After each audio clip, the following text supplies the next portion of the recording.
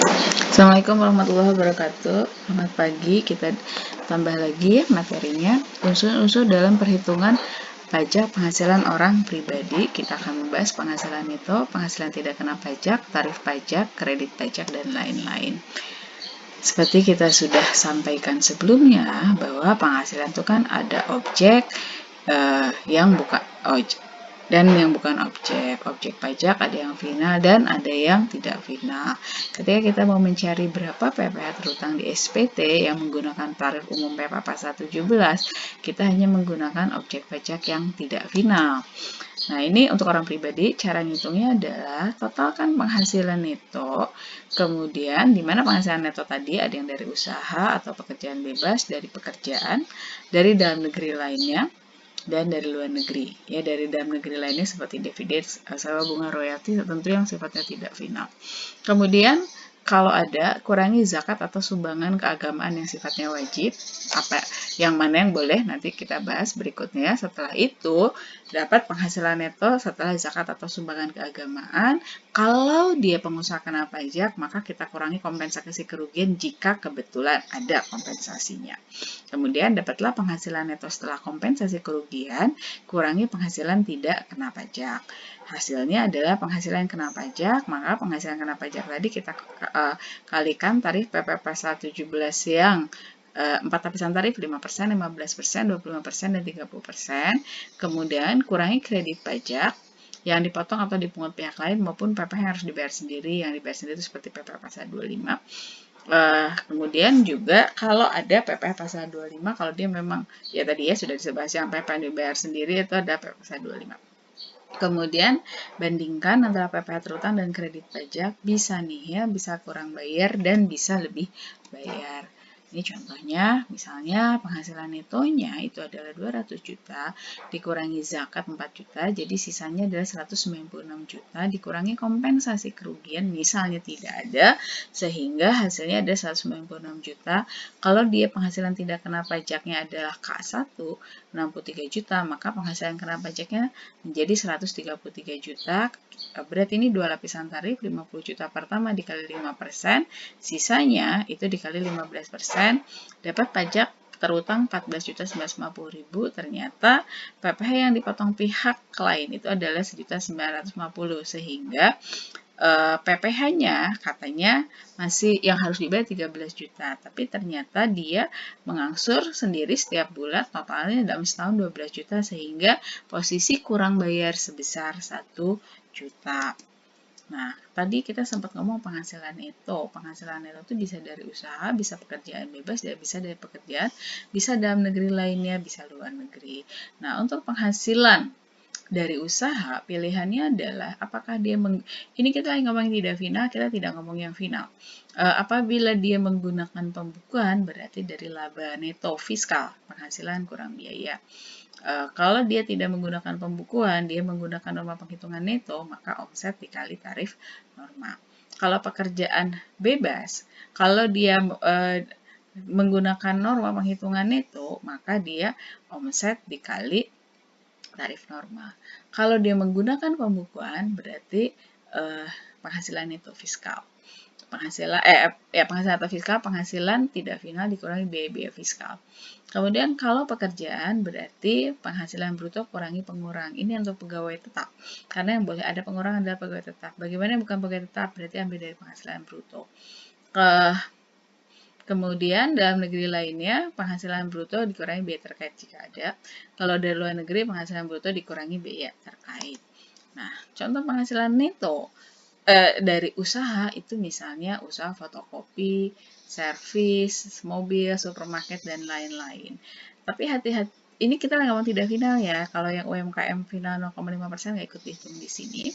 Kemudian kalau pekerjaan bebas contohnya adalah dokter yang praktek, bukan dokter sebagai karyawan rumah sakit, tapi dokter yang buka praktek.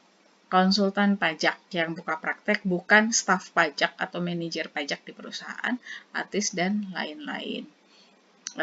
Kemudian pekerjaan itu contohnya karyawan, PNS, dalam negeri lainnya misalnya ini keuntungan dari penjualan Karena misalnya kita punya mobil, mobilnya katakanlah hitungan kita nilai buku saat ini adalah 150 juta, ada orang yang mau beli 200 juta, berarti kita punya keuntungan 50 juta. Tapi ini maksud keuntungan di sini bukan karena kita bukan dealer, tapi kebetulan jual mobil. Kalau yang dealer hitungannya bukan di sini. Kemudian luar negeri, contohnya penghasilan sewa apartemen di luar negeri. Di sini ada cirinya. Kalau pekerjaan bebas, kedudukan setara antara pemberi penghasilan dengan yang menerima. Kemudian ada daftar pekerjaan bebas, ada di modul, silahkan dipelajari. Kemudian contoh karyawan, contoh pekerjaan itu ada atasan sama bawahan. Kalau dalam negeri lainnya bukan penghasilan utama. Ya, berikutnya lagi status kewajiban perpajakan. Nah, sistem pengenaan pajak berdasarkan Undang-Undang PPh ini menempatkan keluarga sebagai satu kesatuan ekonomis. Artinya, penghasilan atau kerugian dari seluruh anggota keluarga digabungkan sebagai satu kesatuan yang dikenai pajak dan pemenuhan kewajiban pajaknya dilakukan oleh kepala keluarga yang disebut kakak. Namun, dalam beberapa hal ini bisa terpisah. Nah, jadi kalau kita lihat di SPT, itu pilihannya tuh apa KK, apa HB, apa PH, atau MT. KK atau kepala keluarga biasanya yang laki-laki ya, kewajiban perpajakan suami istri itu digabung, istri tidak menghendaki untuk melaksanakan hak dan pemenuhan kewajiban perpajakan terpisah, istri melaksanakan hak dan kewajiban perpajakan dengan menggunakan NPWP suami atau kepala keluarga. Jadi, misalnya suami istri bekerja, istri itu ikut NPWP suami, nanti penghasilan istri digabung sama penghasilan suami, jadi pajaknya ditotalin. Nah, kalau hidup berpisah, penghasilan suami istri dikenai pajak secara terpisah karena suami istri telah hidup berpisah berdasarkan putusan hakim. Jadi istri di mana, suami di mana, mereka hidup berpisah, maka NPWP-nya masing-masing. Artinya SPT tahunan juga masing-masing, berarti pajak total masing-masing, PTKP masing-masing. Bagaimana dengan anak? Anak tuh biasanya ikut ke bapaknya. Kemudian pisah harta dan penghasilan. Penghasilan suami istri dikenai pajak terpisah karena dikendaki secara tertulis oleh suami istri berdasarkan perjanjian pemisahan harta dan penghasilan. Jadi, harta istri, harta suami adalah harta suami, maka mereka NPWP-nya berpisah. Cara ngitung pajaknya juga terpisah. Tapi nanti kita lihat ya, ada yang ujungnya digabung juga. Kemudian memilih terpisah MT, yaitu penghasilan suami istri dikenai pajak secara terpisah karena dikendaki oleh istri yang memilih untuk menjalankan hak dan kewajiban perpajakan sendiri tanpa ada perjanjian tertulis. Jadi kalau ini suami istri sama-sama bekerja, istri punya NPWP sendiri, suami punya NPWP sendiri. Ya, suami sama-sama bekerja tapi istri punya NPWP sendiri, istri nggak ikut NPWP suami. Istri bukan cabangnya NPWP suami. Nah, jadi laporan penghasilannya beda, laporan hartanya berbeda, pajaknya juga berbeda. Namun, untuk yang PH dan MT, meskipun mereka dua NPWP yang berbeda, dua SPT yang berbeda, tapi di waktu setelah menghitung pajak terutangnya, nanti penghasilan neto suami ditambah penghasilan neto istri digabungin, dicari pajak terutang, dan setelah itu baru dibagi berdasarkan proporsi. Berapa misal suaminya 300, netonya si istrinya 200, jadi 500 kan, dicari pajak. Ini bukan hitungan benar ya. Misalnya pajak terutangnya ternyata 50 juta, maka si suaminya karena dia 300 per total 500 kan, suami sama istri, 300 per 500 kali 50 juta. Si istrinya 200 per 500 kali 50 juta. Diproporsiin. Itu kalau untuk yang pisah harta sama memilih terpisah biasanya. Berikutnya lagi, nah ini ya. Ini penerangannya, kakak. Ini suami dan istri digabung, tidak ada pemisahan harta, penghasilannya digabung. Ya, kewajibannya digabung, karena dianggap satu kewajiban ekonomis melalui suami. Jadi, kalaupun istri punya NPWP, NPWP-nya pasti sama suami, dia cabangnya suami. Perbedaannya cuma di 3 angka terakhir, karena dia cabang dari suami. Kalau HB, hidup berpisah, kewajiban suami istri terpisah, pajaknya masing-masing. Buat suami, kalau yang di sini yang kakak, statusnya nanti di SPT adalah kakak. Kalau yang di sini, suaminya ya ini masing-masing terpisah, si suaminya sama si istrinya, si istri jadi TK. Kalau si suami kalau dia punya anak jadi K ya, K0 biasanya. Kalau di sini penghasilan suami TK, anak itu biasanya ikut suami. Maaf, di sini suami istri hidup terpisah. Kalau hidup terpisah betul TK. Biasanya kalau hidup terpisah karena mereka sudah masing-masing. Kalau pisah harta, terdapat perjanjian pemisahan harta dan penghasilan. Mereka sebenarnya masih bersama tapi masing-masing hartanya terpisah. Maka PTKP keluarganya itu KI, strip. Ya, anaknya berapa? Nah, ini yang tadi saya bilang PPH itu suami istri itu akan dihitung secara proporsional. Kalaupun nanti NPWP-nya terpisah, itu nanti si istri TK 0, si suami K apa namanya? K anaknya berapa? Tapi nanti kan ketika kita mau menghitung pajak terutang, itu kan penghasilan neto suami meskipun apa mereka terpisah sama penghasilan neto si istri digabung, akhirnya jadi KI. Karena kan si istri sebenarnya sebagai dirinya kan dapat juga yang 54 juta ya. Berikutnya MT juga sama, NPWP-nya masing-masing suami sama si istri. Si suami itu K berapa, si istri itu TK berapa, tapi ketika kita menghitung pajaknya digabung dulu, nanti kan jadi KI ketika digabung itu cari pajak terutang, terus setelah dapat pajak terutang pajaknya itu dibagi berdasarkan proporsi. Bagaimana dengan anak yang belum dewasa? Nah, katanya penghasilan anak yang belum dewasa dari manapun sumber penghasilannya akan digabung dengan penghasilan orang tuanya dalam tahun pajak yang sama. Ya, mana yang belum dewasa? Yang belum berumur 18 tahun dan belum pernah nikah. Apabila seorang anak belum dewasa yang orang tuanya telah berpisah, menerima tahun penghasilan, pengenaan pajaknya digabungkan dengan penghasilan ayah atau penghasilan ibunya. Bagaimana dengan mahasiswa yang umurnya di atas 18 tahun? Itu masih ikut PTKP orang tuanya ya, kalau dia belum berpenghasilan. Istri digabungkan dengan suami.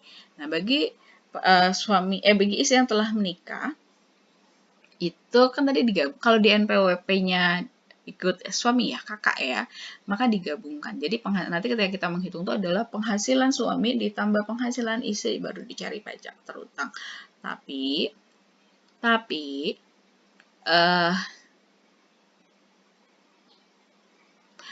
penghasilan istri itu nggak digabung, tapi dilaporkan hanya sebagai final. Jadi nanti di lembar SPT kalau di 1770S atau di 1770 di penghasilan final itu ada penghasilan istri dari satu pemberi kerja. Penghasilannya tetap dilaporkan, tapi meskipun penghasilan istri itu sifatnya tidak final, tapi di dalam SPT tahunan menjadi final. Artinya dilaporkan tetap pajaknya meskipun aslinya tidak final, di situ dianggap sebagai final, tapi waktu kita menghitung penghasilan SPT tahunannya yang gabungan tadi yang dihitung hanya yang suami. Tapi yang bagaimana? Satu syaratnya adalah penghasilan istri itu hanya dari satu pemberi kerja. Syarat kedua, penghasilan istri tersebut tidak ada hubungan dengan usaha atau pekerjaan bebas suaminya. Tapi kalau dia ada hubungan usaha atau pekerjaan bebas dengan suami, maka meskipun cuma dari satu pemberi kerja, maka penghasilan suami tambah penghasilan istri menjadi penghasilan tidak finalnya. Atau kalau penghasilan istri lebih dari satu, maka semua penghasilan istri itu digabung sama suami, maka dicari pajak terutangnya. Ini misalnya wajib pajak A mempunyai penghasilan dari usaha sebesar 100 juta, mempunyai istri yang menjadi pegawai dengan penghasilan sebesar 70 juta. Apabila penghasilan istri tersebut diperoleh dari satu pemberi kerja dan telah dipotong oleh pemberi kerja dan tidak ada hubungan dengan suami, maka waktu kita menghitung yang dihitung hanya dari yang 100 juta. Yang 70 juta penghasilan itu istri itu dianggap sebagai penghasilan yang bersifat final tetap kita dilaporkan. Apabila selain menjadi pegawai, istri juga menjalankan usaha misalnya salon kecantikan dengan penghasilan neto sebesar 80 juta, sehingga 70 tambah 80 adalah 150 juta. Karena dia dua sumber, maka penghasilan si istri itu digabung sama suami. Tadi si A itu penghasilan adalah 100, sementara si istri penghasilan 150, digabung menjadi 250 juta, baru kita cari pajak terutangnya. Contoh yang lain, pada tahun 2019, Anto, karyawan swasta, mendapatkan gaji dengan penghasilan neto sebesar 120 juta. Sementara istrinya, kerja di perusahaan yang sama, mendapatkan gaji bulanan dengan penghasilan bruto sebesar 110 juta. Anaknya ada 15 tahun. Pada tahun 2019, mendapatkan hadiah dari memenangkan lomba melukis sebesar 50 juta. Hanya punya satu NPWP, berarti yaitu Anto, pasti suaminya ya. Berarti ini yang memiliki atau termasuk dalam satu kesatuan ekonomis. Berarti kewajiban perpajakannya adalah kakak. Kemudian kita hitung penghasilannya. Tadi si Bapak Anto adalah 120 juta. Kemudian si Ibu Anti itu kan cuma dari satu sumber si 110 juta. Maka tidak ikut dihitung di dalam penghasilan tidak final, tapi dilaporkan sebagai penghasilan final. Adapun anaknya Anita tadi usia di bawah 18 tahun, NPWP masih ikut sama keluarganya, berarti dia ikut fix ke Pak Anto. Ditambahin penghasilannya, jadi hadiah lombanya sebesar 50 juta, jadi 120 juta ditambah 50 juta sama dengan 170 juta. Berikutnya lagi, ini masih sama, Anto dia penghasilan 120 juta, istrinya penghasilan 110 juta, anaknya 50 juta. Nah, Anto maupun Anti punya NPWP masing-masing tidak ada perjanjian penghasilan harta. Berarti dia istrinya memilih MT. Maka penghasilan yang dihitung di NPWP suaminya yaitu si Anto 120 juta ditambah anak, kan anak ikut ke bapak ya, 50 juta jadi 150 juta. Sementara si istri 110 juta meskipun satu sumber, karena dia punya NPWP sendiri, dia MT, maka sifatnya tidak final, dilaporin sendiri gitu ya. Tapi nanti waktu kita menghitung pajak terutang ditotalin meskipun mereka SPT-nya berbeda. Nanti ada lembar, ada satu halaman itu waktu penghitungan gabungan. Jadi penghasilan si bapaknya termasuk anak ada 170, penghasilan si istri ada 110, digabungin 280, dicari pajak terutang semuanya, dapat pajaknya. Nanti kalau sudah dapat pajaknya pakai proporsi. Berapa yang kena pajak di Anto dan berapa kena pajak di Anti. Nah, tadi kita sempat bahas zakat. Zakat atau sumbangan keagamaan yang wajib itu kan boleh jadi pengurang dengan catatan ini zakat atau penghasilan diwajibkan oleh wajib pajak orang pribadi pemeluk agama Islam atau pemeluk agama yang lainnya yang bukan Islam, tapi yang boleh jadi pengurang ini kalau badan amil zakatnya dibentuk atau disahkan oleh pemerintah atau lembaga keagamaan yang bukan Islam tadi dibentuk atau disahkan oleh pemerintah. Kalau tidak dibayarkan atau tidak disetorkan zakat atau sumbangan wajib keagamannya di luar itu ya, di luar lembaga yang dibentuk disahkan pemerintah, maka nggak boleh jadi pengurang. Nah, apa aja yang boleh jadi pengurang? Badan amil zakat nasional, badan amil zakat provinsi, badan amil zakat kabupaten kota, lembaga amil zakat skala nasional, lembaga amil zakat infak sodakoh, Lazis NU, Lazis Muhammadiyah, lembaga amil zakat skala provinsi, skala kabupaten atau kota, kemudian lembaga penerima dan mengelola sumbangan keagamaan Kristen, Lem Sakti, Yaski, dan Yayasan Kasih Persaudaraan Bangsa, lembaga penerima sumbangan keagamaan Katolik, Bakat, lembaga pengelola dana sosial keagamaan budaya wajib tingkat nasional, lembaga penerima sumbangan agama Hindu. Nah, itu yang boleh. Di luar itu nggak boleh. Dan syaratnya juga ini ya, bukti bayar zakatnya harus dilampirkan. PTKP, kita ulang sedikit. Penghasilan tidak kena pajak ini kita tahu untuk orang pribadi itu ada 54 juta ditambah tambahan yang kawin 4.500.000 tambah istri. Nah, sebentar. Ini yang tambahan istri 54 juta ini menjadi KI kalau dia NPWP-nya bergabung ya. Kalau enggak masing-masing. Jadi si istrinya 54 juta, si suami 54 juta, tambah kalau suami tambah sebagai kawinnya 4,5 juta ditambah tanggungan maksimal 3 orang. Masing-masing 4,5 juta untuk keluarga sedarah sebenarnya dalam satu garis keturunan lurus. Nah, serta anak angkat yang menjadi tanggungan sepenuhnya paling banyak 3 orang. Nah, keluarga sedarah itu berarti orang tua anak. Itu kan satu garis ya, adik angkat, paman, tante itu nggak bisa karena harus satu garis keturunan lurus. Semenda itu kalau dia kayak mertua, ya mertua, menantu, nah itu boleh. Tapi cara baik tadi orang tua atau mertua menantu itu harus tidak berpenghasilan sama sekali. Jadi kalau punya pensiun itu nggak boleh. Dan biaya hidupnya ditanggung sepenuhnya oleh si wajib pajak. Anak angkat boleh kalau ditanggung sepenuhnya. Kalau ditanggung sebagian nggak boleh. Dan penghitungan PTKP ini per 1 Januari. Jadi kalau misalnya dia baru nikah 2 Januari, maka tahun itu dia masih pakai TK 0, belum jadi K. Ya. Begitu juga misalnya punya anak, tapi punya anaknya tanggal 3 Januari, anaknya belum bisa dihitung di tahun tersebut, berhitungnya tahun depan. Kenapa? Karena hitungannya per 1 Januari anaknya belum lahir. Berikutnya lagi, tadi ya di sini hubungan lurus ayah ibu anak kandung tanggungan, saudara ke samping saudara kandung bukan tanggungan, semenda lurus mertua anak tiri masih tanggungan, ke samping ipar bukan tanggungan, statusnya per 1 Januari. Untuk orang asing yang jadi BUT ya, pada keadaan awal dia menjadi wajib pajak dalam negeri. Ini PTKP-nya, TK 0 54 juta, TK1 50. TK1 itu berarti dia tidak menikah tapi menanggung satu orang. 54 tambah 4,5 juta 58 juta 500. TK2 berarti 54 juta ditambah 2 kali 4,5 juta. TK3 54 juta ditambah 3 kali 4,5 juta, 67 juta 500. K0 itu 54 juta sama status kawin 4,5 juta jadi 58 juta 500. Kemudian tanggungannya kalau 1 tambahin lagi 4,5 juta, kalau 2 berarti 54 tambah kawin 4,5 juta tambah 2 kali 4,5 juta, K3 juga sama 54 juta tambah 4,5 juta kawin tambah 3 kali 4,5 juta. Kalau KI0 itu berarti suami 54, istri karena bekerja juga 54, jadi tanpa tanggungan tanpa tanggungan tapi menikah. Jadi 54 tambah 54 108 tambah kawin 4,5 juta. Kalau KI1 54 suami kawin suami 4,5 juta, istri bekerja 54 juta tambah tanggungan 4,5 juta dan seterusnya ya.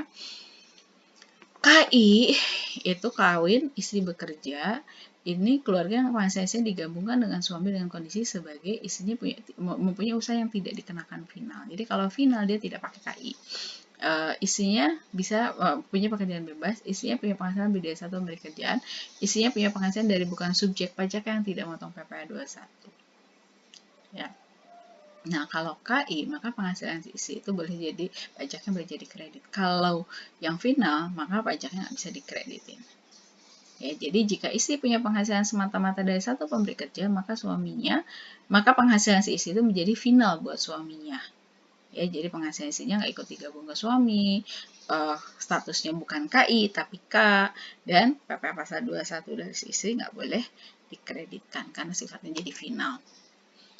Menentukan PTKP pada tanggal 2 Januari, Amir menikah, dia menanggung ibu kandung yang merupakan pensiunan PNS dan adik kandung yang cacat mental. Nah, karena posisinya per 1 Januari, maka 2 Januari dia menikah, istri belum diikuti tanggung, orang tua ibunya sudah masih punya pensiunan PNS jadi juga nggak boleh ditanggung, adik kandung itu tidak satu garis keturunan lurus ke samping jadi juga nggak bisa jadi tanggungan. Anto dan Ani menikah dikarenai 2 orang anak kembar laki-laki. Karena ingin anak orang tua, mereka telah 2 tahun mengambil dengan izin bagi perempuan tetangganya sebagai anak hidup bersama dengan Ani. Nah, karena dia ditanggung sepenuhnya, meskipun anak angkat, maka statusnya Anto Ani kan nikah K. Anaknya 2, K2. Ditambah anak angkat yang ditanggung semuanya, berarti boleh ditanggung, jadi K3. Papa, seorang PNS, menikah dengan Pipi, karyawan PT Telpon. Anak mereka kembar 4 dan lucu-lucu. Namanya Pipit, Papit, Popit, dan Papat. Karena maksimal yang ditanggung cuma 3, maka dia K3. Kenapa nggak KI 3? Karena di satu isinya cuma kerja dari satu tempat. Berarti isinya penghasilannya final. Berarti K. 3-nya itu kan 4 kan maksimal cuma boleh ditanggung. Jadi K3. Popo, seorang PNS, menikah dengan Popi, PNS juga. Mereka pernah sekelas saat di Jurang Manguk. Pengantin baru 2 tahun ini hidup bahagia. Nah, dia K0. Meskipun istrinya isi ikut ke suami ya, bekerja. Kenapa? Karena satu pemberi penghasilan, tidak berkaitan dengan suami, bersifat final. Pepeng, seorang PNS DJBC, alumnus D3 akuntansi PK Einstein, menikah dengan Ari karyawati swasta bekerja di PTA dan PTB. Ingat, itu 2 penghasilan. Maka istri ikut ke suami, kebetulan NPWP-nya, maka KI. Ya, 2 penghasilan KI. Mereka baru memiliki 4 anak, maksimal boleh 3, jadi KI 3. Pirman, orang Tasik, PNS DJP, Alumnus D3 akuntansi PK instan juga menikah dengan Sinta, janda kaya pengusaha butik dengan omset 10 miliar per tahun. Nah, Firman pasti dia punya kakak ya, karena sudah menikah. Sinta punya pekerjaan, berarti ikut NPWP suami,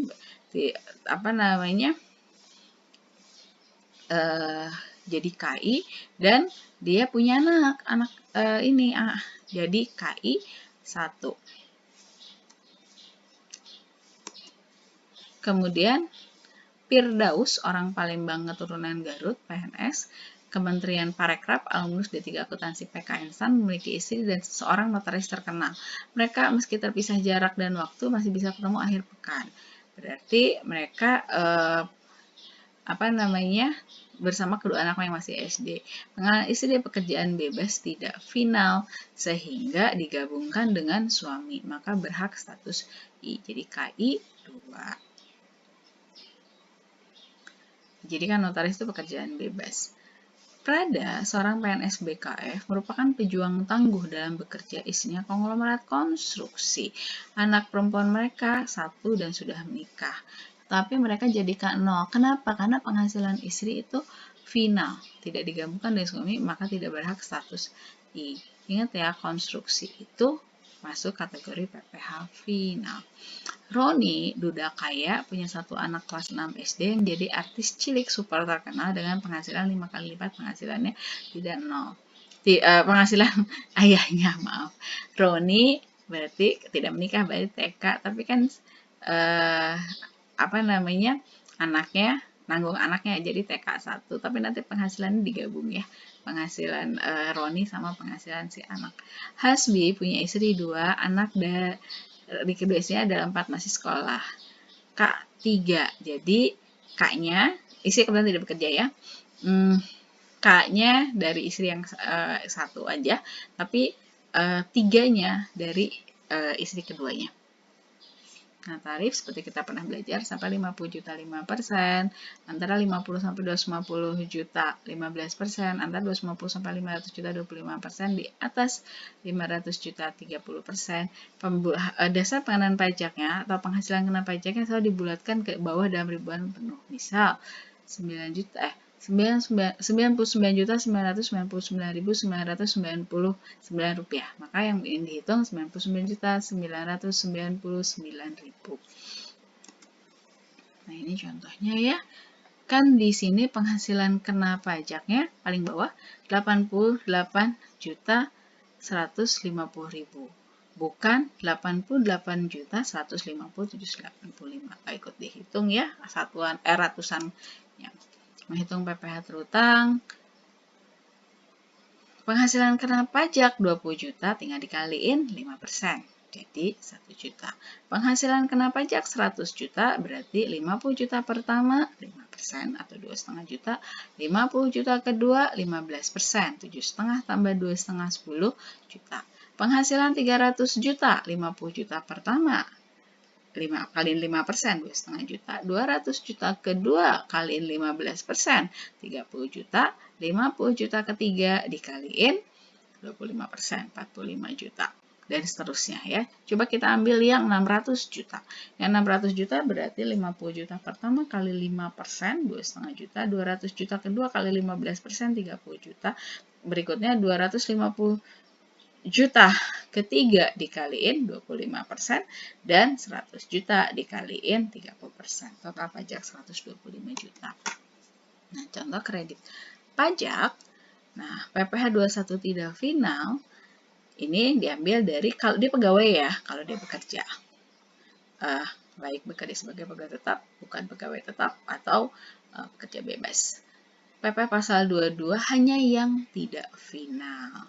Yang final itu nggak boleh dihitung. Contoh final apa? Pemungutan PPh oleh penjualan BBM oleh Pertamina kepada SPPU. PPh pasal 23 contohnya dividen kalau orang pribadi nggak ya. Bunga yang bukan bunga bank, pokoknya bukan yang PPh final. Royalti, sewa di luar tanah dan bangunan. PPh pasal 24 itu kredit pajak luar negeri, bukan sekarang materinya. PPh pasal 25 itu angsuran PPh setiap bulan. PPh pasal 26 itu kalau ini untuk subjek pajak luar negeri yang jadi subjek pajak dalam negeri yang dulunya SPLN tapi setelah memenuhi ketentuan dia menjadi WPDN. Contohnya yang mungkin sebelumnya dia subjek pajak dalam negeri tapi setelah lewat MTes dia menjadi wajib pajak luar negeri. Padahal sebelumnya dia sudah dapat penghasilan dipotong pajak. Maka yang kena PPh 26 maka itu bisa jadi kredit pajak. Pemotongan pajak yang final tidak dapat menjadi kredit pajak. Menghitung PPh kurang lebih bayar dari wajib pajak OP karyawan. Mendapatkan gaji dan tunjangan sebagai PNS dosen sebesar 500 juta, pengurangnya adalah 12 juta. Berarti 500 kurangi 12, penghasilan itu adalah 488 juta. Dia bukan pengusaha kena pajak, maka tidak berhak atas kompensasi kerugian, sehingga penghasilan netonya adalah 488 juta. Dia bayar zakat mal kepada masjid di kampung yang belum terdaftar, itu tidak boleh menjadi pengurang. Jadi penghasilan neto setelah zakat tetap 488 juta. M punya istri dan 2 anak yang masih sekolah SMP, berarti K2. K2 itu 67.500 dari 54 juta M tambah kawinnya 4,5 juta tambah 2 anak kali 4,5 juta. Jadi 67,5 juta. 488 juta kurangi 67.500 maka dapat penghasilan kena pajak adalah 420.500. Dihitung PPh terutang dapat 75.125.000. Sementara katanya M dipotong PPh pasal 21 dari kampus sebesar 75.125.000, ada bukti potongnya. Berarti PPh terutang dikurangi kredit pajak menjadi sama. Berarti dia nihil, ya. Nah, ini contoh pekerjaan bebas, bukan contoh, ini adalah pekerjaan bebas. Pekerjaan bebas kalau dari di PPh pasal 21 ada, tapi sekarang keluar juga PP pasal PP nomor 23 tahun 2018. Menurut PP nomor 23 tahun 2018 ada 11 pekerjaan bebas, yaitu tenaga ahli yang melakukan pekerjaan bebas yang terdiri dari pengacara, akuntan, arsitek, dokter, konsultan, notaris, penilai, dan aktuaris, pemain musik, pembawa acara, penyanyi, pelawak, bintang film, bintang sinetron, bintang iklan, sutradara, kru film, foto model, peragawan, peragawati, pemain drama, dan penari, olahragawan, penasehat, pengajar, pelatih, penceramah, penyuluh, dan moderator, pengarang, peneliti, penerjemah, agen iklan, pengawas atau pengelola proyek, perantara, petugas penjajah barang dagangan, agen asuransi, dan distributor, perusahaan pemasaran berjenjang, MLM, atau penjualan direct selling dan kegiatan sejenisnya. Ini adalah kategori pekerjaan bebas. Nah, kalau pekerjaan bebas, dia menggunakan nama penghitungan itu. Kalau omset dia belum 4,8 ya, karena kalau udah 4,8 miliar dia sudah harus jadi pengusaha kena pajak. Contoh adalah Dr. Diamond asli Purbalingga yang malah membuat pembukuan, membuka praktek dokter gigi. Syaratnya adalah dia buka praktek, bukan sebagai karyawan rumah sakit. Omset setahun sebesar 4 miliar, masih di bawah 4,8. Tahun sebelumnya hanya 3 miliar, dia dapat norma penghitungan dokter ternyata ada 50% di Jakarta. Berarti omsetnya 4 miliar. Dikali tarif normal 50% berarti 2 miliar. Pekerja bebas nggak berhak atas kompensasi kerugian kalau dia bukan pengusaha kena pajak. Kemudian dia bayar zakat mal ke Lazis Muhammadiyah sebesar 40 juta. Lazis Muhammadiyah itu termasuk yang dibentuk dan disahkan oleh Menteri Keuangan sehingga boleh jadi pengurang, sehingga penghasilan atau setelah zakatnya adalah 1.960 juta. Kemudian dia belum nikah tapi menanggung ibu kandung yang janda tanpa penghasilan, berarti TK1. 58.500 sehingga penghasilan kena pajaknya adalah 1.901.500.000. Setelah kita hitung PPh terutangnya adalah 515.450.000. Dia 4 lapisan tarif. Terus dia dipotong PPh pasal 21 tidak final sebesar 15 juta yang dipotong pihak lain. Kemudian yang dia bayar angsuran sendiri sebesar 500 juta. Ya. Jadi PPh terutang 515 kurangi 15 juta dapat 500 juta 450, tapi karena dia sudah bayar angsuran PPh pasal 25 500 juta maka dia kurang bayar sebesar 450.000. Ini kasusnya lebih bayar dia menggunakan pencatatan tuan atau punya usaha percetakan, omsetnya 3 miliar, dia tidak memilih menggunakan pembukuan, berarti dia bukan PKP. Kemudian kan di PPh pasal 23 itu kita boleh milih mau menggunakan mau pakai yang 0,5% atau pakai norma penghitungan itu. Dia memilih untuk tidak menggunakan 0,5%, dia memilih untuk menggunakan norma penghitungan neto. Norma penghitungan netonya di 23%. Maka dia omset 3 miliar dikali 23% dapat 690 juta. Bukan PKP, jadi tidak berakar atas kompensasi kerugian, sehingga penghasilan neto setelah kompensasi tetap 690 juta. Bayar zakat makal lazis NU, dia disahkan dan dibentuk oleh Menteri Keuangan, sehingga zakatnya boleh menjadi pengurang, maka dikurangi zakat 10 juta, penghasilan neto setelah zakat 680 juta, status dia adalah K0, menikah belum dikarunia anak, maka PTKP-nya adalah 58.500.000 dan penghasilan kena pajaknya sekarang adalah 621.500.000. Ini ada 4 lapisan tarif, pajak terutang adalah 131.450.000. Dia sudah dipotong pihak lain sebesar 11.450.000, sehingga yang kurang dibayar sebesar 120 juta, tapi Tuan Anto membayar angsuran PP pasal 25 selama 1 tahun sebesar 120 juta, sehingga PPh-nya juga menjadi nihil. Itu dulu kurang lebihnya. Nanti kalau ada pertanyaan kita bisa diskusi lagi. Terima kasih, mohon maaf. Assalamualaikum warahmatullahi wabarakatuh.